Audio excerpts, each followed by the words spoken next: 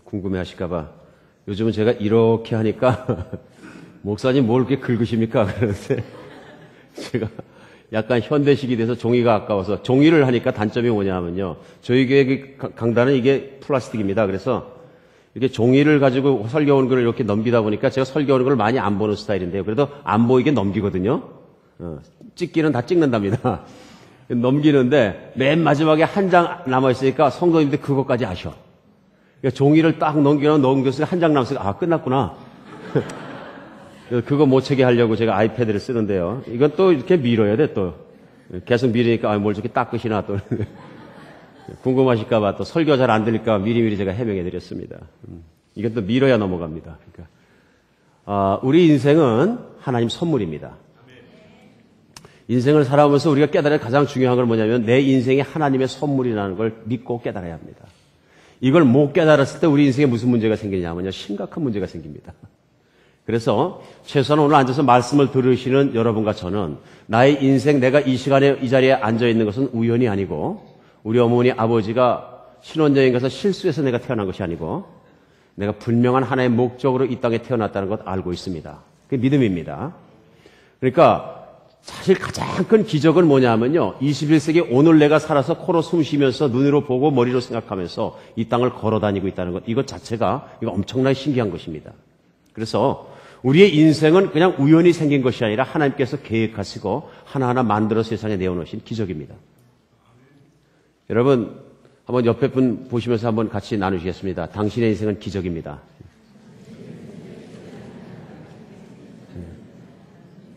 예, 아멘. 여러분 믿으십니까? 내가 오늘 이 자리에 살아가는 거 이거 기적입니다. 이거 살아있는 것으로 감사한 일이죠. 근데 이걸 갖다 이대로 믿고 우리 지난 7주에 걸쳐서 하나님의 선물에 대해서 나누는데요. 우리는 많은 하나님의 선물을 받을 것이 아니라 이미 받았습니다. 우선 내 인생이 선물이고요. 가장 큰 선물이고요. 내 인생에 무엇을 채워주시냐 하는 게 선물인데요. 하나님이 무엇을 채워주신다고요? 하나님의 나라는 먹고 마시는 것이 아니라 의와 평강과 희락이니라. 하나님 안에만 들어가서 하나님 나라에만 있는 게 로마서 말씀대로 예수 그리스도에 죽으시고 살아났다는 나에게 의로움. 하나님 볼 때 나는 의로운 자가 됐고요. 그러므로 말해서 나는 피스, 평안이 있는 자가 됐어요. 하나님과 다투지 않아요. 하나님의 자녀가 되었고요. 의와 평강과 맨 마지막 뭐예요? 희락이에요. joy. 근데 기독교인인데 내가 기쁘지 않게 산다. 어떻게 지내십니까? 그렇죠. 그렇고 그렇고 이거 갖고는 안 되는 겁니다. 기쁘죠. 뛸 것 같습니다. 너무 감사해요. 요즘 이상하게 교회 생활하는데 발이 붕붕 떠요. 그러니까 이게 발이 붕붕 떠요 이 얘기하면 정상이고요. 어떤 분들이 방방 뜬다 그러니까 같구나.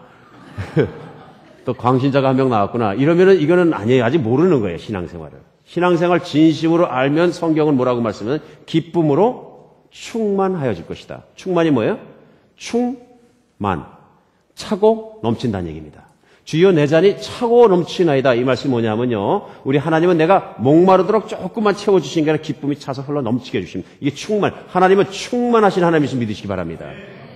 그래서 오늘은 8번째 시간으로 우리 인생의 성공을 어떻게 하는가 하는 거 알아보겠습니다. 많은 사람들이 인생을 성공하기를 기대하지만 인생이 맨 마지막에 끝났을 때 물어보면 성공이라고 생각하고 믿는 분들 그리 많지 않습니다. 그래서 오늘은 말씀 제목을 성공에 이르는 세 계단 이렇게 정해봤습니다. 그래서 한 계단 한 계단 우리가 올라갈 뿐만 아니라 늘 그렇게 성공하는 인생 살았으면 하는 마음이 있습니다. 이 성공하는 인생은 어떤 인생인가 또 어떻게 달성해야 되는가 오늘 빌립보서 말씀 3장 17절에서 4장 1절까지 말씀 가지고 말씀 안에서 그 계단들을 하나하나 찾아 올라가겠습니다. 제일 먼저 우리 한 말씀을 같이 받는 마음으로 읽겠습니다. 빌립보서 말씀 오늘 본문은요 3장 17절 4장 1절까지입니다. 우리 교독합니다.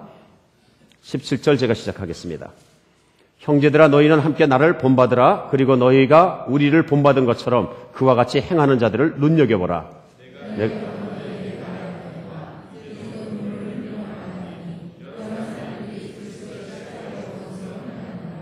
그들의 마침은 멸망이요 그들의 신은 패요 그들의 영광은 그들의 부끄러움에 있고 땅의 일을 생각하는 자라.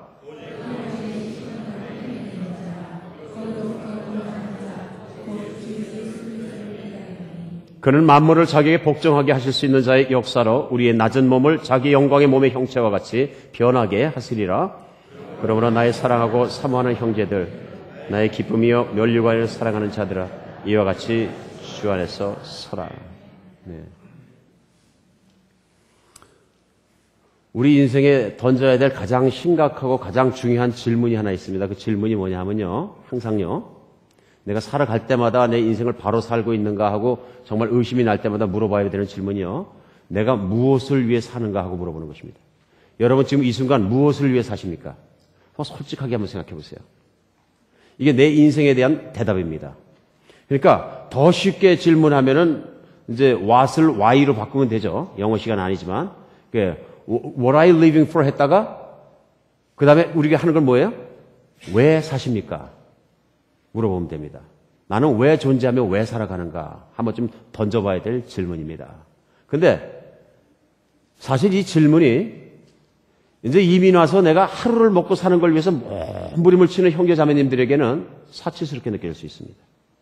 사치스럽습니다. 또 어떤 면에서는 그럴 수밖에 없는 거죠. 왜냐하면 하루를 살기 위해서 몸부림을 쳐야 내가 사는데 지난 토요일 날 우리 새벽 기도를 마치고 우리 사랑하는 집사님께서 그 인생 경험을 나눠주시는 거예요. 참 저는 그래서 맨 뒷끝만밖에 못 들어서 은혜를 반밖에 못 받았는데 벌써 앉아보니까 다른 분들은 은혜를 많이 받고 계시더라고요. 근데 그 은혜 받은 내용이 뭐냐 하면은 이민 와서 고생하신 얘기. 몇십 년 전에 이민 오셔가지고 제가 이 허락을 안 받아서 집사님 해도 되죠? 김동욱 집사님? 해도 된다고 지금 그러셨는데 이민 오셔서 뉴욕에 사시는데 식구를 먹여 살리셔야 되니까 뉴욕에 있는 큰 군함 같은 항공모함 같은 배 밑창에 들어가셔가지고 정말 공기도 탁하고 빛도 들어오지 않고 그것에서 작업을 하는데 그걸 벗겨내고 또 뭐 다시 치료를 하고 그 힘든 일을 하시는 거죠. 세상에서 제일 힘든 일이래요. 아마 탄광 밑창에서 일하는 것보다 더 힘드신가 봐요. 공기도 탁하고요. 한 달을 못 견딘다 그래요. 큰 덩치 큰 장병들이. 한 달을. 6개월을 견디셨대요. 먹고 살기 위해서. 참 대단한 일이죠. 그러고 나서 뉴욕 야채 가게가 힘든 건 저도 알거든요. 뉴욕에 살아봐서 한 9년을. 뉴욕에 가면 뭐 거의 다 예전에는 야채 가게 하는 분들이죠. 야채 가게에서 12시간, 14시간이라는 게 보통 힘든 일이 아니라 그러는데 그 다음에 그 잡을 마치고 야채 가게를 갔더니 일도 아니더래요. 그만큼 먹고 사는 게 힘든 거죠. 그러니까 우리가 삶을 위해서 이렇게 생존을 위해서 이렇게 몸부림칠 때는 도대체 왜 사십니까? 그러면은 그렇게 화려하고 편안한 얘기 하지 마라. 그런 얘기 합니다. 그렇죠? 오늘 이런 분들은 제가 간절히 하나님께 기도하고 원하는 것은 생존을 위한 몸부림에서 빨리 하나님께서 벽교시길 예수 이름으로 축복합니다. 하나님이 그렇게 해주실 줄 믿습니다. 이민 초기 다 어렵습니다. 내가 돈 들고 들어온 것도 없고 체력 신분 없고 그 안에서 희망도 없고 모든 것들 붙잡고 몸부림칠 때 참 힘듭니다. 그러나 하나님만은 우리의 기도를 들으시고 우리를 도와주실 줄 믿으시기 바랍니다. 제가 그런 경우를 살면서 이민생활에 겪어봤기 때문에 너무 잘 압니다. 제 아내가 교회를 가갖고 주일날 몇십 년 전입니다만은 주일날 교회에 앉아서 설교를 편안한 마음으로 듣는 분들 너무너무 부러웠대요. 예, 도무지 먹고 살기 위해서 한 1년간은 교회를 못 나가다가 교회를 나가서 처음으로 딱 앉았는데 모든 사람이 주일날 앉아 있는 것만으로도 부럽더래요. 그럴 수 있습니다. 우리 중에 그런 분이 계신 줄 모르겠습니다. 그러나 나에게 항상 힘든 일이 있지만 그 희망이 있기 때문에 내 고난의 터널에 끝이 있는 것을 믿으시기 바랍니다. 근데 오늘은 이런 말씀, 오늘 말씀을 이렇게 정말 생존을 위해 힘들어 하시는 분들도 있지만은 우리 중에 아주 많은 절대 다수는 어떤 분들이냐면요. 생존의 문제를 이제 해결하신 분들이십니다. 아주 많은 분들이요. 생존의 문제를 해결하셨기 때문에 이제는 그렇게 하루를 먹고 살기 위해서 몸부림을 치지 않아도 내가 잠자는 시간, 그야말로 4시간, 5시간 겨우 눈 붙였다 뛰는 시간 빼놓고 나머지는 하루 종일 투잡, 뚜리잡 일을 해야 되는 이런 상태가 아니시라면 나머지 분들은 인생을 또 생각하십니다. 왜 샀습니까? 이 질문에 대해서 우리 나름대로 해답이 있어야 됩니다. 그러니까 왜 사느냐고 물어봤을 때 가장 많은 답이 무엇이냐면요. 먹고 살기 위해서 산다. 먹고 살기 위해서. 근데 생존형으로 지금 살아가는 시대에 사시는 분들은 먹고 살기 위해서 사시는 거고요. 그 다음 단계 들어가신 분들은 잘 먹고 잘 살기 위해서 산다. 내가 하루를 시간을 무엇을 위해 쓰고 어떻게 쓰고 무엇을 열중하고 있느냐, 내가 미친 듯이 일하고 있느냐 하는 걸 내가 생각해 보면 남보다 부럽지 않게 잘 먹고 잘 살기 위해서 산다. 그러면 오늘 잘 들으셔야 됩니다. 오늘 본문 말씀이 바로 이런 분들을 위해서 하나님께서 믿는 형제 자매들에게 주시는 말씀입니다. 그럼 내가 잘 먹고 잘 사는 것이 문제가 될 게 있느냐? 오늘 본문은 문제가 될 게 있다 그러십니다. 무슨 문제가 되냐면요. 내가 잘 먹고 잘 살기 위해서 사는 것이 이 땅에서는 잘 사는 것 같이 느껴지는데 하나님 앞에 가면은 실패한 인생이 된다 이런 얘기입니다. 내가 풀어내놓은 내 방식대로 내 성공의 지표대로는 성공한 인생인데 하나님의 목적과 나를 만드신 목적에 따르고 하나님의 평가에 의하면 나는 실패한 인생이다. 하나님 앞에 섰을 때 실패한 인생이 있고 성공한 인생이 있다 그런 얘기입니다. 오늘 본문 말씀은 당연히 하나님 말씀이기 때문에 하나님 말씀하시는 성공한 인생을 올라가는 계단을 말씀드리는 겁니다. 오늘 잘 이해해 주셨으면 좋겠습니다. 그래서 내 인생이 세상에서나 하나님 앞에서나 온전히 성공한 인생 살아가시기를 예수님의 이름으로 진심으로 축복합니다. 축복합니다. 예, 오늘 그런 인생의 계단, 첫 번째 계단을 올라가면서 그런 인생을 살기 위해서 첫 번째 우리가 본문 가운데 해야 될 것은 뭐냐면요. 세상 욕심을 버려야 합니다. 오늘 본문이 말씀하신 대로 세상 욕심을 버리지 않으면 그 첫 번째 계단에서 넘어집니다. 그 요즘에 제가 그 인터넷에서 뒤적거리다 보니까 누가 황당한 여자 시리즈를 하나 올려놨어요. 그래서 물론 신빙성은 없겠지만은 그 황당한 여자 시리즈를 제가 한번 요즘 세태인 것 같아서 읽어드리겠습니다. 황당한 여자는 어떤 여자냐면요. 10억도 없으면서 강남에 살아보겠다는 여자. 이게 황당한 거래. 20억도 없으면서 자식 유학 보내겠다는 여자. 30억도 없으면서 사장 사위 보겠다는 여자. 50억이나 있으면서 돈 없어서 팔출부도 못 쓰는 여자. 60억이나 있으면서 60살도 안 돼서 죽은 여자. 더 황당한 여자는 1억도 없으면서 위에 있는 여자들을 비웃는 여자. 이거 좀 생각해보는 문제가 있어요. 제가 16년이나 17년 전에 한국을 가보고 못 가봤는데요. 그때는 한 2, 3억 있으면 부자였거든요. 근데 지금은 10억이 있어도 강남에 있으면 안 되나 봐요. 그러니까 가만히 생각을 해보니까 야, 이 무서운 세계구나. 여기는 밀리어네어, 백만장자들만 사는 곳이 서울이구나. 이런 마음이 들었습니다. 누구 말이에요? 뭐 아파트 하나만 팔아도 100만 불이 간다 그러던데. 저는 이런 세상을 상상할 수는 없습니다만은 이렇게 살다 보면 문제가 되죠. 무슨 문제가 돼요? 웬만큼 비싼 것이 아니고서는 만족시킬 수가 없죠. 웬만한 것 가지고요. 그러니까 음식도 요즘은 예전처럼 짜장면 한 그릇이나 뭐 그런 거, 그보다 조금 나면은 전골찌개 한 그릇에서 끓여서 나눠 먹는 걸로 교제가 안 된다 이런 얘기 아니겠어요? 근데 그런 생각을 하다 보니까 여러분 지금까지 살아오시면서 제일 비싼 음식 먹어본 게 얼마짜리 들으셔보셨습니까? 얼마짜리? 한번 생각해 보세요. 저는 정말 비싼 음식을 한번 먹어본 적이 있어요. 제 나이 29살 때, 청년 때죠, 그만하면. 근데 홍콩에서 제일 잘 사는 정말 10손가락 안에 들어가는 부자가 저를 초청했어요. 그래가지고 이제 홍콩을 가서 한 3일간 그분 대접을 받았는데, 그때는 밥을 먹는데 저녁 6시에 어떤 제일 큰 호텔의 높은 데서 맨 꼭대기층에다가 손님들도 없고 다 손님도 안 받고 저하고 자기 식구하고 몇 사람만 딱 앉아서 먹는 거예요. 근데 그 서빙하는 종업원이 훨씬 많았어요. 수많은 종업원이 들락거리면서 서빙을 했는데 저녁 6시에 시작해서 10시 반까지 밥을 먹었어요. 나중에 뭘 먹었는지 기억조차 나지 않는 거예요. 젓가락도 올라가기 전에 나가는 디실이 있고요. 뭐 몇 시까지인지 몇 배까지 기억이 나지 않을 정도로 정신이 흐미해질 때까지 먹었습니다. 저.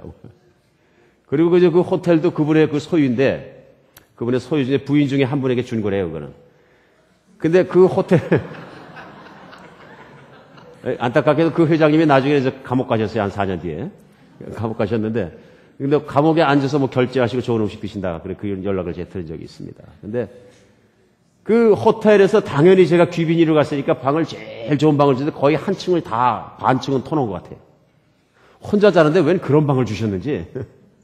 그래서 몇천 불짜리 방이 어떤 방이라고 로얄 셀로 방이 어떤 방이라고 그때 처음 잡았어요, 저는. 뭐 홍콩 바다가 다 내려다 보이고요. 그렇게 아름다울 수가 없어요. 그때 그 대접을 받고 그러니까 호텔에서 제가 자면서 왔다 갔다 하면 전부 다 종업원들이 알아보고 90도로 귀빈이니까 90도로 인사를 하니까 야, 이거 귀족 생활 할 만한 거구나, 이거. 근데 그때 무슨 말이냐면 사업에서 꼭 성공해야 되겠다. 돈 많이 벌어야 되겠다. 이게 대단한 파워가 있는 거구나. 제가 젊었을 때 그런 생각을 한 적이 있습니다. 그래서 여러분 혹시 아시는 것처럼 사업을 미친 듯이 하다가 30대 초반에 그냥 넘어졌습니다만은 하나님이 넘어뜨리신 바람에 제가 사역의 길을 들어오게 되었습니다. 근데 그 삶을 이렇게 쭉 살아가면서 그 뒤에 저도 사업도 하고 젊은 나이에 사장님 소리도 듣고 떠받쳐도 주고 30살에 그때 처음 나왔다는 그랜저를 타고 다니면서 포니1, 포니2 탈 때 심정을 생각지 않는 거예요. 그러다 보니까 서울 생활에서 뭐가 들어오냐고 야, 이 귀티나게 사는 거 좋은 거네. 귀티나게 사는 것. 그런 삶을 사니까 나도 모르는 사이에 어떤 인생을 추구하게 되느냐 하면요. 오늘 제 얘기를 나눠드려 죄송합니다. 조금 쓰잘데없는 얘기 같으면 여러분 양해해 주시기 바랍니다. 그런데 어떤 마음이 드느냐 하면요. 야, 세상은 이렇게 잘 먹고 잘 살기 위해서 노력해서 성공한 자가 성공한 자이구나. 이런 마음이 드는 거예요. 이런 삶을 실패한 거는 실패한 인생이라 그러는 거구나. 그게 어디서 드러나냐면 동창회 가보면 드러나요. 뭐 좀 한다 하는 친구들은 동창회 일찍 와. 꼭 일찍 와. 어떤 친구는 1시간 전에 오는 것 같아. 하여튼 못 참아. 근데 학교 다닐 때 공부도 잘하고 그랬는데 사업에 망하고 아니면 뭐 직장도 해고당하고 좀 힘들면 안 나와. 그러니까 누구누구 어딨냐? 그러면 몰라. 걔 여기서 뭐 하는지. 그러면 무슨 얘기예요? 처졌다는 얘기예요. 우리가 살아온 세상이 그런 세상이다 보니까 자연스럽게 뭘 추구하냐면요. 잘 먹고 잘 사는 걸 추구합니다. 네. 좋은 집에 자고 좋은 옷 입고 좋은 차 타고 아들이나 딸들이 좋은 학교 들어가고 좋게 되는 것, 이것을 추구하게 됩니다. 그러니까 나도 모르는 사이에 세상에 설득당하게 되는 거죠. 그래, 한국 사람들은 인격을 따지는 것보다 품격을 따진다 그럽니다. 품격. 인격과 품격은 다른 것입니다. 믿음도 그런 것이고 다른 것이죠. 어떤 목사님이 한 주택가를 이렇게 가시다가 갑자기 교인이 생각이 나갖고 아유 신방 가야 되겠다. 그리고 뛰어들어갔대요. 들어가서 이제 배를 눌렀더니 아이고 여자 집사님이 나오더래요. 그래서 지나가다 기도해드리고 싶어서 왔어요. 그랬더니 아이 목사님 어서 오세요. 그리고 쫙 가서 앉아서 이제 예배를 드리려고 그래 우리 예배 드리죠. 그러니까 이 자매님이 그 집에 있는 딸한테 이제 탁 이제 뭐 힘을 주시고 너 그거 있지? 가서 엄마가 제일 좋아하는 책 그거 가져와. 그러니까 딸이 딱 들고 왔는데 보니까 백화점 쇼핑 목록 딱 들고 왔대요. 이거는 숨길 수 없이 드러나는 거예요. 자기의 모습이죠. 내가 겉으로는 내가 제일 좋아하는 책이 성경책인 것 같은데 사실은 세상에 있는 부유한 물건들을 내가 자랑하고 싶은 인생을 여실히 보여지는 장면이라고 생각합니다. 인생이 이렇게 살다 보면은 이렇게 어떻게 자신도 모르는 사이에 세상에 있는 좋아 보이는 것들, 세상에 있는 나의 품격을 높여주는 것들, 신앙 인격이나 인격을 높여주는 것보다는 무엇인지 품격을 내가 높여준다고 생각하는 외형적인 것들을 추구합니다. 근데 따지고 보면 이게 정확하게 표현하면 뭐냐면요. 세상에 있는 내 욕심입니다. 하나님은 이걸 욕심이라고 말씀하십니다. 세상에 있는 내 욕심을 채우기 위해서 살아가게 되는 것이죠. 이민 와서 비슷한 삶이 똑같이 벌어집니다. 한국에서는 남쪽에 살아야 좋은 건가 봐요. 아까 보니까 10억도 안 가지고 강남 살려는 여자 이렇게 나오는데 그러면은 남쪽에 사는 애들이 이민 와서는 어떻게 해요? 아틀란타에서는 북쪽에 살려는 사람이 되는 거예요. 자꾸 미국에서 북쪽에 올라가야 좋은 동네인 것 같아요. 그러니까 자꾸 북쪽으로 올라가잖아요. 언제까지 북쪽으로 올라갈지 몰라요. 우리 교회도 자꾸 북쪽으로 올라가야 되는 거 아니지. 알 길이 없는 거죠. 근데 문제는 뭐냐면요. 우리의 마음이 우리도 모르는 사이에 이렇게 된다 그런 얘기예요. 그런데 오늘 사도 바울은 믿는 사람들, 예수의 사람들, 주일마다 교회에 오는 사람들, 하나님 아래에 있는 사람들에게 형제들에게 얘기한다 하면서 본문 17절은 형제들아 하고 시작합니다. 근데 그 형제들아 하고 얘기하면서 그냥 얘기하는 게 아니고요. 나를 본받으라 하고 얘기하면서 18절에 이렇게 얘기합니다. 내가 여러 번 너희에게 말하였거니와 이제도 눈물을 흘리며 말하노니 여러 사람들이 십자가의 원수로 행하느니라. 그들의 마침은 멸망이요 그들의 신은 배요 그 영광은 그들의 부끄러움에 있고 땅의 일을 생각하는 자라. 오늘 사도 바울이 보니까 내가 눈물을 흘리고 너에게 말하노니 꼭 들어라 그런 얘기입니다. 그러면서 들을 때 한두 사람이 아니고 많은 사람들이 예수 그리스도의 십자가의 원수로 살아간다. 이 말씀 잘 들어야 됩니다. 우리 신앙인들에게 하는 얘기입니다. 지금 말씀이 예수 믿는 사람들 교인들에게 하시는 말씀입니다. 성경이 하나님 말씀대로 너희가 나의 원수로 살아간다 이렇게 말씀하시는 거예요. 근데 그 원수된 이유가 뭐냐 하면요. 그들이 추구하는 것이 배다. 네, 벨리. 그러니까 어떤 분이 배가 나와서 욕 먹는 건가? 아니죠. 이게 무슨 얘기예요? 잘 먹고 잘 입고 잘 자고 잘 사는 거에 대해서 인생에 초점을 맞춰 놓았다. 내가 무슨 옷을 입느냐, 무슨 차를 타느냐, 내가 몇 평짜리 아파트에 사느냐, 몇 스퀘어푸트 하우스에 내가 살아가느냐, 그것이 얼마짜리냐, 스퀘어푸트. 여기에 초점이 맞춰졌다 이런 얘기입니다. 그리고 그렇게 살다 보니까 그 영광은 하나님의 영광에 있지 않고 땅의 영광에 있고 이 땅에 있는 모든 영광을 추구하며 사는 것, 그것을 하나님의 원수다 이렇게 말씀하십니다. 영어로 아주 harsh한 표현입니다. 감당하기 어려울 정도로 무서운 표현입니다. 요즘은 이런 본문 말씀 잘 설교하기 힘듭니다. 왜냐하면 마음이 힘들어지기 때문에 많은 분들이, 저 자신도 완전히 자유로울 수 없겠죠. 많은 분들이 이 말씀에 걸립니다. 나도 세상에 있는 거 좋아하는데, 세상에 좋아하는데. 제가 언젠가 신학교 공부할 때 나이 먹어서 신학을 공부했지만 항상 제 착값을 대시는 집사님을 제가 잊지 않습니다. 하나님이 그분을 사용하셔갖고 조그만 차를 한 대 샀었는데 페이먼 할 돈이 제가 별로 없었어요. 그때 매달 그 집사님이 도매상을 하시는데 돈을 잘 버시는 여자 집사님이어서 돈을 꼭 대주셨어요. 근데 그것도 꼭 만나서 주셔야 돼요. 왜냐하면 꼭 한 달에 한 번씩 그 비즈니스에 들려서 제가 기도를 해드리니까. 그래서 장사가 잘 된다고 꼭 그렇게 하시는 거예요. 11조를 띄듯이 차값을 딱 떼어놓으셨다가 주셨어요. 근데 그 집사님이 돈을 주시면서 하셨던 그 말씀이 명언이 지금도 생각이 나요. 선교사님, 제가 돈을 무지하게 좋아하거든요. 그래서 선교사님한테 드리고 싶어요. 그 말이 지금도 귀에 쟁쟁합니다. 기도해드렸어요. 하나님, 돈을 좋아하지만 하나님을 더 좋아하게 해주시옵소서. 참 솔직한 자매님이에요. 전 그렇게 생각해요. 아주 솔직한 자매님. 그러나 내가 예수님을 알고 하나님을 알기 때문에 돈을 좋아하고 살아가는 내 인생이 하나님 앞에 부끄럽게 느껴지신 거예요. 오늘 이게 문제가 뭐냐면요. 우리 세상에 있는 욕심에 끌려서 살다 보면 그 끝이, 마침이 뭐라고요? 멸망이라고요. 그 끝이 하나님 앞에서 인생의 실패자로 설 수밖에 없다 하는 것입니다. 우리 인생에 실패하는 가장 큰 이유가 뭐냐면 오늘 본문에 나온 것처럼요. 세상 욕심을 끊지 못해서 그렇습니다. 이 세상 욕심이 지긋지긋하게 나한테 묶여있는 게 안 끊어지니까 하나님 안에 있는 기쁨도 성공도 누릴 새가 없으니까 한 번도 신앙생활의 성공과 신앙생활의 승리를 체험해보지 못한 거예요. 제가 어릴 때 티네이저 때 요즘 말로 쿨하게 보이기 위해서 정말 가장 많이 친구들과 함께 내가 드러내면서 이게 참 좋은 책이라고 나눴던 책이 지금도 생생하게 기억나는 책이 하나 있습니다. 그게 뭐냐, 헬만 헤세의 데미안이라는 책이 있습니다. 소설책.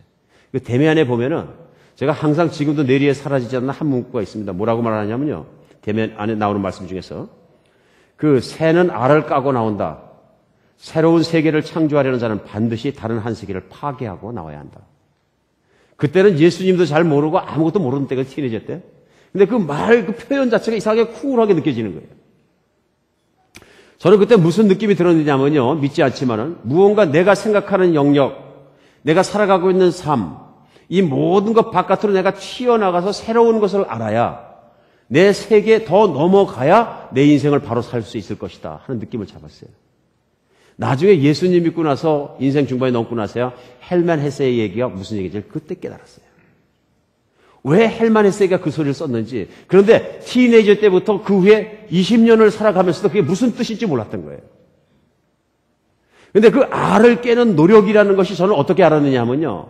그렇지. 다른 사람은 안 해본 건데 내가 맨주먹 쥐고 어릴 때부터 독학해서 내가 맨주먹 쥐고 사업하고 맨주먹 쥐어서 내 세계를 이루고 내가 세상을 군림할 수 있다 그러면 내가 고통과 아픔을 통해서 한 세계, 나에게 정말 태어났던 이미 하나님으로부터 주어졌던 고정되어 있는 한 운명의 세계를 뚫고 운명을 깨고 나가려고 하니까 내가 힘드는 것이지. 그럼 그 운명을 내가 뚫고 나가야 되겠다 이렇게 생각을 뚫고 나간 게 뭐냐면 사업도 하고 막 뛰어다니면서 사는 거예요. 뚫고 나가서 보니까 여전히 저는 같은 세계에 있는 거예요. 좀 유명해졌다, 돈을 좀 더 벌었다, 성공자의 의식을 가지고 있다, 그것만 다를 뿐이지 느끼는 허무함과 고통은 티네이저 때 느낀 거랑 똑같은 거예요. 사랑하는 여러분, 우리 인생이 한 세계를 깨고 버리고 다른 세계를 옮겨줘야 되는데 그렇게 세계가 깨지고 나오고 옮겨지지 못한 경우가 너무나 많습니다. 내가 머리로는 하나님을 섬기고 머리로는 하나님을 안다고 하는데 그것이 안 될 때가 너무나 많습니다. 왜 그런지 아십니까? 내가 이미 지금까지 어릴 때부터 살아왔던 그 세계를, 그 삶을 깨뜨리지 않아서 그렇습니다.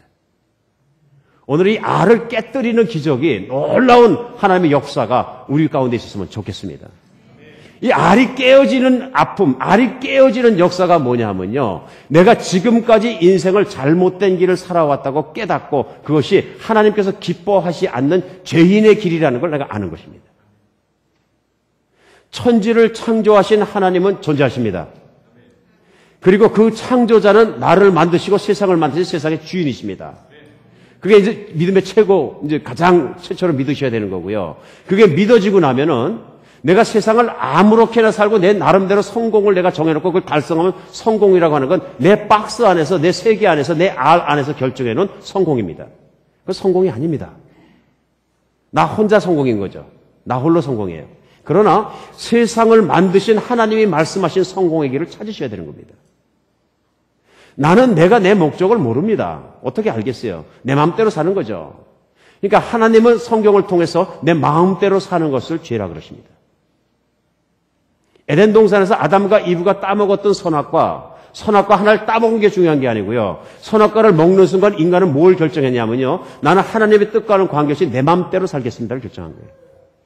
선악과는 그래서 중요합니다. 내 마음대로, 나의 호불호, 내가 좋아하고 좋아하지 않는 것, 나의 그 선호도, 내 호불호를 따라서 내 인생을 살아가겠다 선포하고 하나님으로부터 독립선언한 겁니다. 그래서 나는 독립선언하고 살아야 될 존재가 아니거든요. 이렇게 살아가다 보니까 무슨 문제가 생기느냐 하면요. 지금은 모르는데 맨 마지막에 날아가서 분명한 문제가 걸리는 거예요. 사랑하는 여러분, 인생 중에서 이런 것이 얼마나 큰 고통인지는 내가 죽음 앞에 가면 그때 결말에 가서 분명히 하는 것입니다. 아, 이 고통스러운 내가 앞을 만나야 되는구나. 오늘 인생 중에서 정말로 내가 걸어가면서 알아야 되는 것은요. 내가 내 나름대로의 선악과의 길, 내 인생에 내가 원하는 대로 호불호의 길을 걸어왔기 때문에 예수님은 십자가에 못 박혀 죽으셨다는 사실입니다. 예수님은 나이 30이 겨우 넘어서 가장 고통스럽고 안타까운 십자가의 죽음을 죽으셔야만 나의 모든 과거에서부터 나의 모든 쌓였던 알로부터 내가 깨고 나올 수 있는 길을 열어주실 수 있었다는 얘기입니다. 그 길이 뭐냐면 모든 인간이 자기 마음대로 살아가면서 죽을 수밖에 없는 인생, 정말 죽을 수밖에 없는 인생이 영생하는 길로, 영원히 사는 길로 길을 뚫어 놓으셨다는 얘기입니다. 십자가의 사건은 그냥 중요한 것이 아니고요. 그 예수님이 우리의 죄를 걸머주시고 한 세계를 지시고 십자가에 죽으셨을 때 그 알이 깨진 겁니다. 그리고 부활하셨을 때 한 세상에서 다른 세상으로 다리를 놓고 우리를 옮기시는 과정이 있는 것입니다. 예수님이 역사적으로 증명된 부활하신 사건은 이렇게 큰 것입니다. 내가 예수님을 믿는다는 얘기는 예수님 만나기 직전까지 내가 이걸 깨닫지 못해서 예수님 내 마음대로 살아왔습니다. 나는 세상에서 성공하고 출세하고 돈 많고 누리면은 성공이고 블레싱인 줄 알았습니다. 그러나 하나님, 내 마음대로 살아온 지금까지 인생이 따지고 보니까 조물주 하나님께서 보실 때는 내 고집스럽게 내 마음대로 살아온 죄악의 길이라는 걸 깨달았습니다. 그때 예수 그리스도의 십자가에 갈라디아 말씀처럼 내 정과 욕심을, 세상 욕심을 못 박아버렸을 때 내가 육신에 태어나서 지금까지 못 깨닫고 몰랐던 것, 예전에 몰랐던 것을 내가 깨닫고 이제는 옛날처럼 살지 않고 내 과거의 옛사람을 십자가에 못 박겠습니다. 그래서 예수님과 함께 십자가에 나를 내일 다운했을 때, 옛자가 완전히 죽어버렸을 때, 예수님의 무릎 꿇어버렸을 때, 내 자아가 그 앞에서 쓰러져 버렸을 때 우리가 다시 태어나는 거죠. 그럼 옛 자아가 시키는 그 욕망, 세상의 욕심대로 안 살아가고 이제 뭘 위해 살아간다? 새로운 자아가 이끄는 하나님의 뜻대로 살아간다는 것입니다. 이전에는 육신의 뜻대로 끌려 살았는데 이제는 하나님의 뜻대로 살아갈 수 있는 진짜 하나님의 사람, 성령의 사람이 되었다. 이것이 뭐냐면 두 번째 계단에 올라가시는 거예요. 그러니까 첫 번째 계단은 뭐냐면요. 하나님, 제가 제 뜻대로 제 세상 욕심대로 살아왔던 이것을 버리겠습니다. 예수님의 십자가를 바라보니까 제가 버릴 수밖에 없고 버리고 싶습니다. 그러므로 완전히 버리겠습니다. 버리는 여러분과 제가 됐으면 좋겠습니다. 저는 홍콩에 그 비싼 밥을 먹고 나서 사업하겠다 결심하고 사업을 하다가 넘어졌을 때 인생에 딱반 40살이 돼서야 그걸 깨달았습니다. 하나님, 제가 미친 짓을 하고 살았군요. 교회는 다녀도, 교회는 10년씩이나 다니고 집사를 하고 뭐 다 하고 다녀도 제가 인생에 헛된 짓을 하고 살았습니다. 내가 교회를 다닌다는 것과 내가 그래서 세례를 받고 장로교에서 집사가 되고 한다는 것과 내가 한 세계가 깨지고 다음 세계에 들어가서 하나님의 다음 세계에서 살아간다는 건 전혀 다른 것이군요, 하나님. 그때 제가 무엇을 깨달으면 니고데모가 얘기했던 거듭남에 대해서 알게 된 것입니다. 종교의 지도자였지만 예수님을 찾아가서 제가 어떻게 해야 천국을 들어갈 수 있나 물어봤던 니고데모 같은 심정으로 예수님을 만나고 나서야 아, 이것이 그런 것이 아니구나. 부끄럽게 오늘 제 얘기를 자꾸 하게 되는데요. 그때 예수님의 십자가에서 보혈로 내 죄가 닦아지는 그 모든 것을 내 온몸으로 받아들이면서 하나님 다시는 제가 육신의 만족을 위해서 살지 않겠습니다. 다시는 세상 욕심을 구하기 위해서 뛰어다니지 않겠습니다. 다시는 그런 사업하겠다고 방황하지 않겠습니다. 이제 제 인생에 남아있는 인생은 오직 그리스도 예수 우리 주님의 영광만을 위해서 뛰어가겠습니다. 저는 목사 되겠다고 헌신한 적 한 번도 없다니까요. 그러나 예수님 복음 전하고 섬기고 싶습니다. 무엇을 하든. 어찌어찌 12여 년간을 하나님 뜻 따라 살려고 노력하다 보니까 목사까지 됐는데요. 오늘은 특별한 날이에요. 왜냐하면 멀리 캐나다에서 우리 누님 가족까지 와 계시니까. 증인이죠, 증인. 증인. 어떤 인생을 살았는지.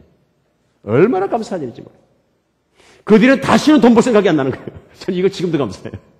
돈 벌 생각이 없어지니까 뭐가 감사해요? 돈을 못 벌고 돈이 없어도 전혀 불편하지가 않아. 이제 돈이 없는 게 왜 불편한지 아셨습니까? 나는 꼭 돈을 벌어야 했다고 생각하니까 기대하는 만큼의 돈이 없으면 항상 불편한 거예요. 이건 뭐냐? 세상 욕심이에요. 일단은 이걸 없애고 부자가 돼도 부자가 돼야 됩니다. 믿으십니까? 이걸 없애지 않고 부자가 되고 부자가 되니까 욕심을 자꾸 채우게 되는 거예요. 그래 그게 없으면 막 허전해갖고 정신없이 마약 중독된 것처럼 돈을 찾는 거예요. 오늘 사도 바울은 눈물을 흘리며 부르짖습니다. 정말로 배를 위해서 인생을 살지 말라. 그 배만 채우는 것이 인생에 뭘 달리게 해주겠느냐. 그게 성공이겠느냐.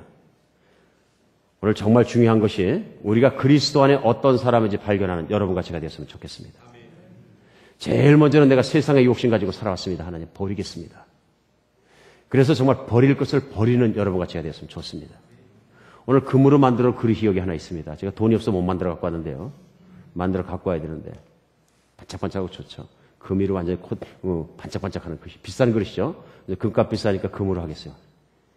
금으로 그릇을 만들어 놓으면 사발을 하나 만들어도 얼마나 비싸겠어요. 반짝반짝 새로 만들어 갖고 모자익도 하고 그랬는데 데코레이션 하다가 이 비싼 그릇에다가 제가 지난주에 말씀드렸던 오물을 담았어요. 그럼 이거 귀한 그릇입니까? 오물 그릇입니까? 어떤 분은 그러시는 거예요. 그래서 닦아서 쓰면 되지. 이거 오물이죠? 오물이에요. 문제는 뭐냐면요.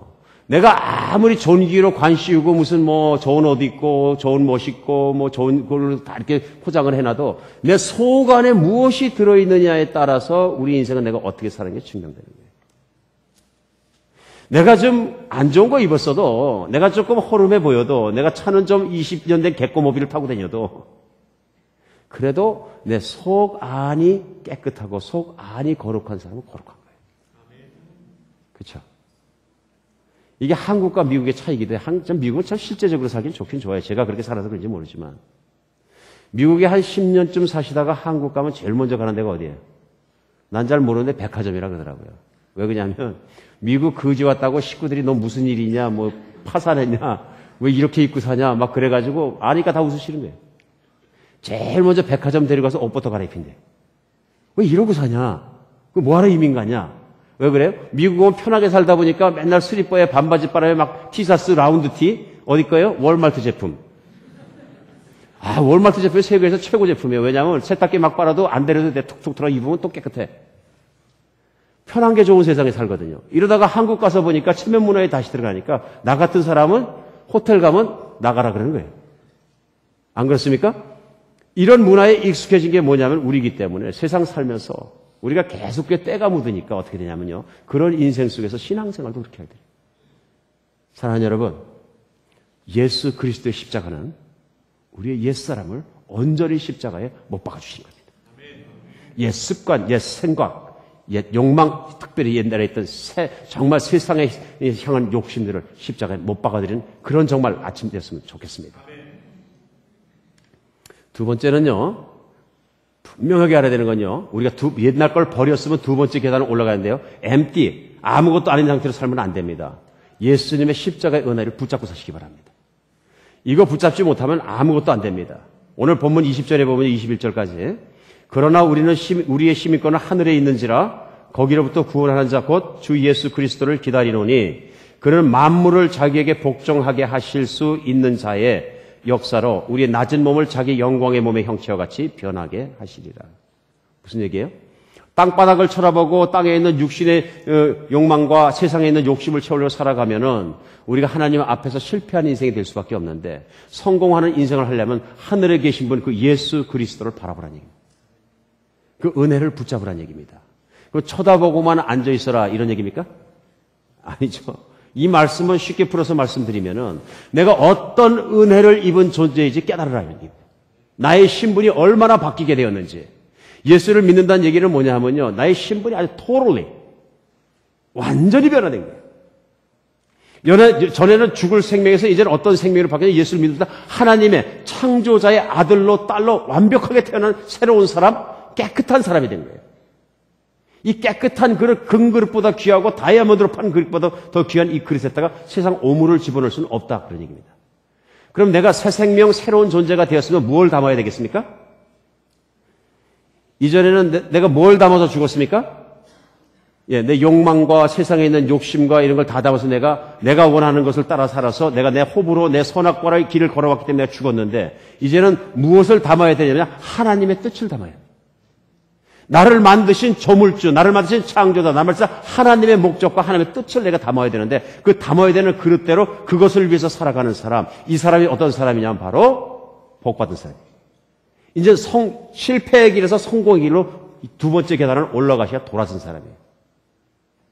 그 그릇에 담아놓은 게 무엇이냐면 바로 사명입니다.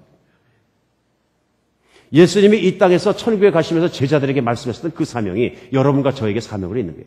그러므로 너희는 가서 모든 족속으로 제자를 삼아 아버지와 아들과 성령의 이름으로 침례를 주고 내가 너에게 분부한 모든 걸 가르쳐 지켜 행하게 하라. 볼지어다 세상 끝날까지 내가 너희와 항상 함께 있으리라. 이 마태복음 28장의 마지막으로 말씀하신 당부처럼 사명을 내 그릇에 담는 거죠. 이제는 내가 사망을 담고 있던 지저분한 오물들과 태폐물이 다 있던 거 다 버려버리고 새 그릇이 되었는데 새 그릇 안에다가 사명과 하나님의 뜻과 목적을 담으니까 그 목적을 위해 살아가는 사람이 되었을 때 그때 우리가 어떤 사람이냐 성공의 길로 돌아서십니다. 그러니까 쉽게 생각하면 돈을 벌지 말라는 얘기가 아닙니다. 돈을 버는데 옛날에는 내 세상 욕심을 채우기 위해서 돈을 벌었고요. 지금은 돈을 버는데 하나님을 잘 섬기기 위해서 돈 번다 그런 얘기입니다. 옛날에 욕심을 살아갈 때는 내가 1,500불짜리 호텔방에서 하룻밤을 자고 나오면 다른 사람 지나가는데 당신은 30불짜리 모텔에 잤지. 내가 1,470불만큼 내가 당신보다 훨씬 나아. 하는 우월의식이 있다 그런 얘기입니다. 근데 하나님의 사명자가 되고 나니까 30불짜리 모텔에서 자고 나와도 1,500불짜리 모텔에 큰 호텔에 자고 나온 사람이 있어도 오케이. 당신은 하나님 앞에 쌓아놓은 게 없지만 난 30불짜리 모텔에 자고 똑같이 내가 1,500불 있었으면 나는 1,470불 하나님 나라 위해서 쓴다 이겁니다. 믿으십니까? 돈을 버는 자세와 쓰는 태도와 모든 게 막 totally different. 완전히 달라진 거예요. 이게 완전히 달라진 사람이 되기 전에는 하나님의 은혜가 성공하는 인생이 온전히 이루어질 수 없다 하는 얘기입니다. 이건 인생을요. 조금만 심각하고 깊이만 생각해도 깨닫는 내용이에요, 사실은. 동양에서 우리가 생각 많이 한 철학자 중에 누굴 칩니까? 공자를 치잖아요, 공자. 공자가 제일 존경하는 사람이 누구였냐면 여자였어요. 그 위나라에 있던 대부인이었던 거백옥이라는 여자였는데요. 왜 거길 좋아했냐면 그 거백옥은 항상 의로운 일만 하고 불의로운 일을 하지 않은 사람이었대요.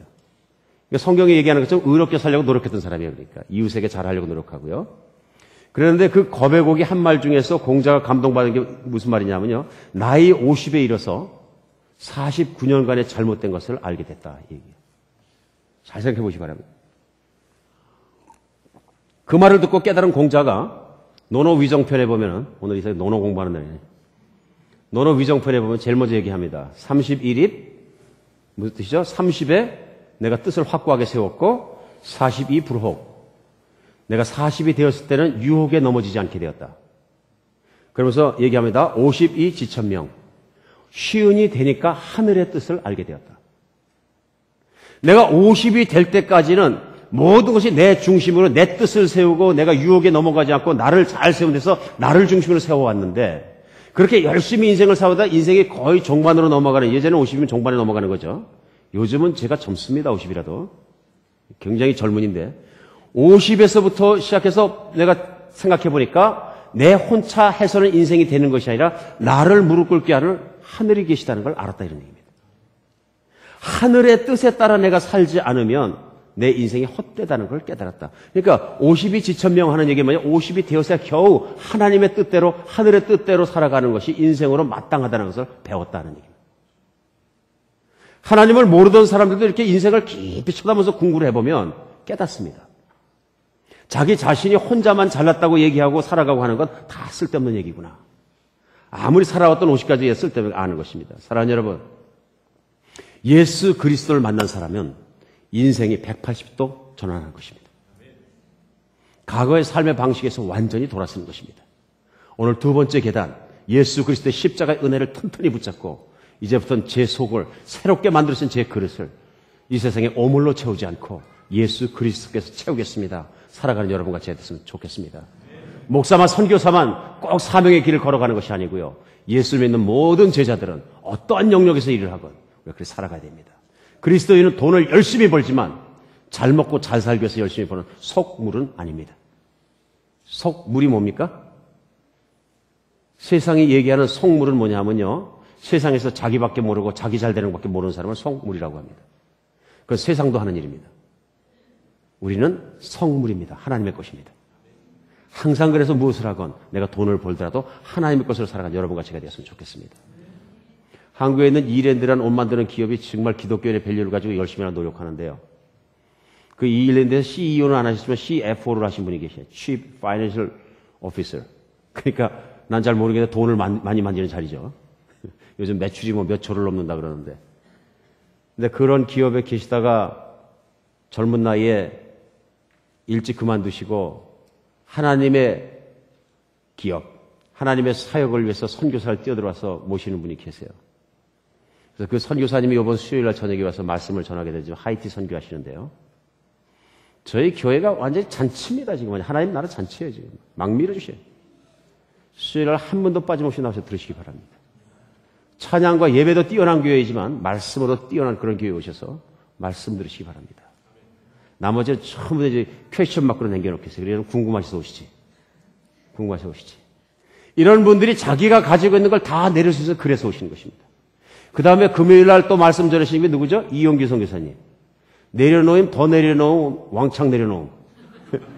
이런 책으로 유명하시면 이 내려놓음에 대해서 왜 내려놓게 되느냐? 예전에는 세상의 욕망 가지고 내가 박사학위도 받고 꽉 채웠었는데 서울대학교 나오고 하버드대학교 나오고 꽉 찼었는데 박사학위 받고 주님 만나고 그러니까 나띵 버려버리고 하나님 선교하러 가니까 그게 은혜가 더 크더라는 얘기죠. 실제적 간증, 실물적 증거들 이런 것들이 뭐냐면 하나님의 나라에만 있는 것입니다. 이번 주일 저에게 은혜가 흘러 넘치는 줄 믿으시기 바랍니다. 오늘 그래 참 중요한 것이 하나님의 은혜 안에서 이 모든 것이 일어나는 우리도 그렇게 살아가는 여러분과 제가 되었으면 좋겠습니다. 새 그릇으로 사시기 바랍니다. 예수의 십자가의 은혜로 사시기 바랍니다. 마지막으로 세 번째 계단을 올라가시게 됩니다. 그것이 뭐냐면요. 세 번째 계단은 인생에서 하나님의 뜻대로 승리하고 성공하기 위해서는요. 그 승리를 지키셔야 됩니다. 많은 사람들이 춘삼월 꽃사랑은 합니다. 하나님을. 춘삼월 꽃사랑은 몇 개월 가죠? 3박 4일은 조금 뭐하고 3개월 갑니다. 은혜를 꽉 받았는데 3개월 동안 뜨거운데 3개월 가면 콜되죠. 이거 극복하셔야 됩니다. 그래서 오늘 본문 4장 1절에서는 뭐라고 사도 바울이 말씀하시냐면요. 그러므로 나의 사랑하고 사모하는 형제들, 나의 기쁨이요 멸류관은 자랑하는 사랑하는 자들아. 한 번만 얘기해야 되는데 얼마나 사랑하면 반복하는 거예요. 그러면서 결론을 얘기합니다. 이와 같이 주 안에서 서라. 무슨 말이에요? 쓰란 얘기는 과거의 삶으로 돌아가서 쓰러지지 말고 내 배나 위하고 세상에 있는 욕심을 채우고 살고 그냥 돈 많이 벌어서 그냥 누리는 것만 해서 살고 내 자식이 돈 많이 버는 직업 됐으니까 성공했다고 생각하지 말고 내 자식도 돈 많이 벌었다 성공한 게 아니고 하나님 잘 믿고 하나님 뜻대로 살아가서 성공한 것입니다. 믿으십니까? 그런 가치 기준으로 살지 말고 이제는 정말로 하나님의 뜻대로 살아가는 것을 하루만 하는 것이 아니라 내 평생에 지키도록 그 길을 뛰어가라는 얘기입니다. 쓴 것이죠. 넘어지지 마라. 오늘 이 뛰어가는 삶, 서 있는 삶, 끝까지 이 승리를 지키는 삶을 살기 위해서 우리가 할 일이 있습니다. 할 일이 있습니다. 그게 뭐냐 하면요. 이 말씀의 진리 가운데 깨어 있으셔야 됩니다. 내 존재가 누구인지, 내가 무엇을 하며 살아야 되는지, 내가 어떤 길을 걸어가야 되는지 매일매일 자신을 깨워야 됩니다. 이게 제일 먼저 제가 요즘 강조하는 게 뭐냐? 새벽 기도하세요. 저에게 기도하는 새벽 기도에 부응하는 사람들 주신 건 너무나 감사합니다. 왜냐하면요. 새벽부터 깨어있지 않으면 절대로 깨어나지 않습니다. 그러니까 새벽 기도할 때 내 영혼아 깰지어다, 애틀란타가 깰지어다, 어쩔 때 좀 우습지만은 그래도 끊임없이 선포하는 게 뭐냐면 선포한 대로 될지 믿습니다 하는 거예요. 언젠가는 아틀란타에 있는 10만의 한인이 다 모여서 에어리너에 이제 못 들어가니까 슈가로프에 있는 에어리너에 몇만 명이 새벽에 모여서 내 영혼아 깰지어다, 세계야 깰지어다 막 그냥 부르짖고 정말 그렇게 선포하는 날이 올 줄 믿습니다. 이렇게 안 하면 우리 영혼이 잠들어요. 고요한 데 속에서 잠들어 버리는 거예요. 여러분 한번 생각해 보세요. 여러분이 사장이라고 생각하니까 기분 좋죠? 큰 사장이고 아침에 가면 임원회의를 하셔야 되는 거예요, 지금. 근데 임원 중에 보니까 두 가지 종류의 임원이 있어요. 하나는 그 전날까지 술 잔뜩 먹고 밤새도록 컴퓨터 하다가 아침에 그냥 눈 시뻘겋고 일어나가지고서는 그냥 7시에 일어나가지고 그냥 그 아내가 밥 차려주면 먹는 동 마는 동 그냥 콩나물 몇 걸 뜯어먹서 나오는 거예요. 막 정신없이 나오는 거예요. 커피 한 잔 들고 나오다가 그것도 그냥 잊어버리고 차에서 허겁지겁 나오니까 이 교통 체증이 꽉 막히니까 그냥 빵빵거리고 막 화를 내고 이러다가 회사 겨우 도착해가지고 도착하니까 그 가가지고 블랙커피 한 잔 딱 들고서 허겁지겁 그냥 그 사장이 주재하는 회의에 들어간 사람. 두 번째 사람은 어떤 사람이냐면요. 새벽 4시 반부터 일어나가지고 교회 나와서 새벽 기도하고 딱 준비됐고 아침밥 건강하게 먹고 딱 준비돼서 차가 안 막힐 때 6시에 이미 출근해가지고 그 출근한 길에 그 앉아가지고 교회에서 또 회사에서 기도하고 회사를 위해서 기도하고 그 다음에 거기에서 커피 한 잔 다 마시고 신문도 다 보고 딱 시사도 정리하고 자기 컴퓨터 랩탑 딱 들고 사장님 나오시거네 한 20분 전에 벌써 회의실 들어가서 딱 준비하고 기다리고 앉아있는 임원. 여러분 사장님 누굴 선택하십니까? 맨 앞에 있는 분 선택하셔서 술똥 마실 거예요? 자백한, 명약관한 겁니다. 누가 사장을 하더라도 나는 새벽에 일어난 그 사람을 선택하겠다. 하나님은 누굴 이뻐하시겠습니까? 내 앞에 깨어있으려고 몸부림치고 노력하는 그를 이뻐하지 않겠습니까? 깨어있는 여러분과 제가 되었으면 좋겠습니다. 특별히 새벽에 깨도록 노력하시기 바랍니다. 안 죽습니다. 잠 좀 덜 자도. 안 죽습니다. 일주일 동안 뒷목 좀 땡겨도 안 죽습니다. 달달 떨지 마십시오. 죽으면 천국. 죽으면 최소한 천국이에요. 믿으십니까? 최소한 천국이에요. 미니멈. 이건 미니멈이에요, 이거는. 맥시멈 영광이고. 여러분, 그래서 결단하고 기도하신 여러분 되시기 바랍니다. 두 번째는 말씀 가운데, 예배 가운데 깨어있고, 말씀 가운데 깨어있어야 합니다. 항상 말씀 들으시고요. 전 요즘에 설교 말씀을 5번, 6번 들으신다 일주일에 그런 분들 있어서 너무 감사해요. 근데 제가 좀 두렵죠, 그런 분들 앞에 앉으면. 말 실수가 다 드러날까봐.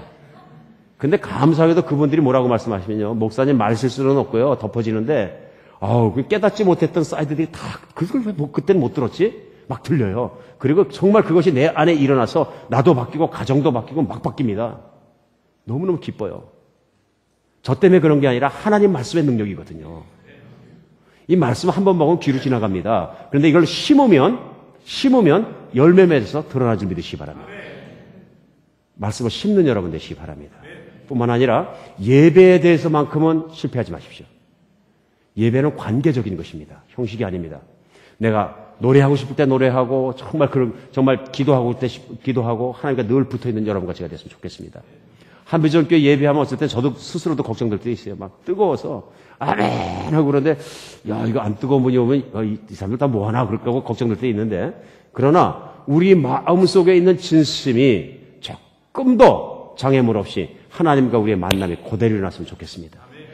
우리 예수님이 눈을 뜰 수 없는 빛 가운데 여기 일어나서 찬양을 받으시는데 여러분 그러면 조용히 야 예수님 오셔 조용히 해. 소리 내지 마. 여러분 그러시겠습니까? 아니죠. 그 주님이 우리를 만나서 쥐야 반갑습니다. 기쁩니다 주님. 그게 우리 예배의 자세잖아요. 매일매일 그런 기쁨과 그런 예배의 자세 살아가는 여러분과 제가 되었으면 좋겠습니다.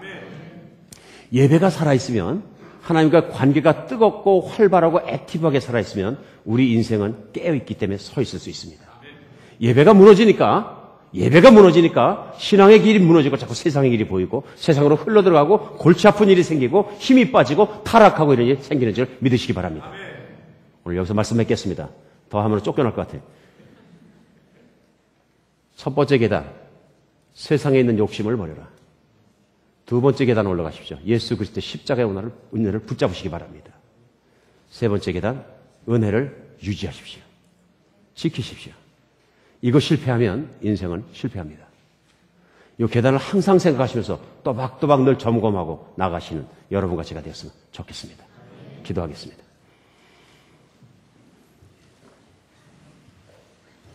예, 하나님 우리 아버지, 저희들이 얼마나 쉽게 저희들의 배가 우상이 되는지 모릅니다. 얼마나 쉽게 저희 집이 우상이 되는지 모릅니다. 얼마나 쉽게 우리 인생에 정말 부자가 되는 것이 우상이 되는 줄 모릅니다. 주님, 그 십자가 앞에 우리가 다시 한번 태어나게 하여 주시옵소서. 우리 인생이 다음 세계가 활짝 열려 있는 것을 우리가 좀 믿음의 눈을 들어서 활짝 볼 수 있도록 도와주시고, 그런 믿음을 받아들일 수 있도록 붙잡아 주시옵소서. 흐리해졌던 신앙이 뜨겁게 돌아오게 하시고, 쓰러졌던 신앙이 다시 일어서게 하여 주시옵소서. 예수 그리스도 십자가를 튼튼하게 붙잡고 마지막 날까지 승리하고 성공하는 우리 되게 하여 주시옵소서. 그리스도 예수 이름으로 기도합니다. 아멘. 우리 일어나서 같이 찬양하겠습니다.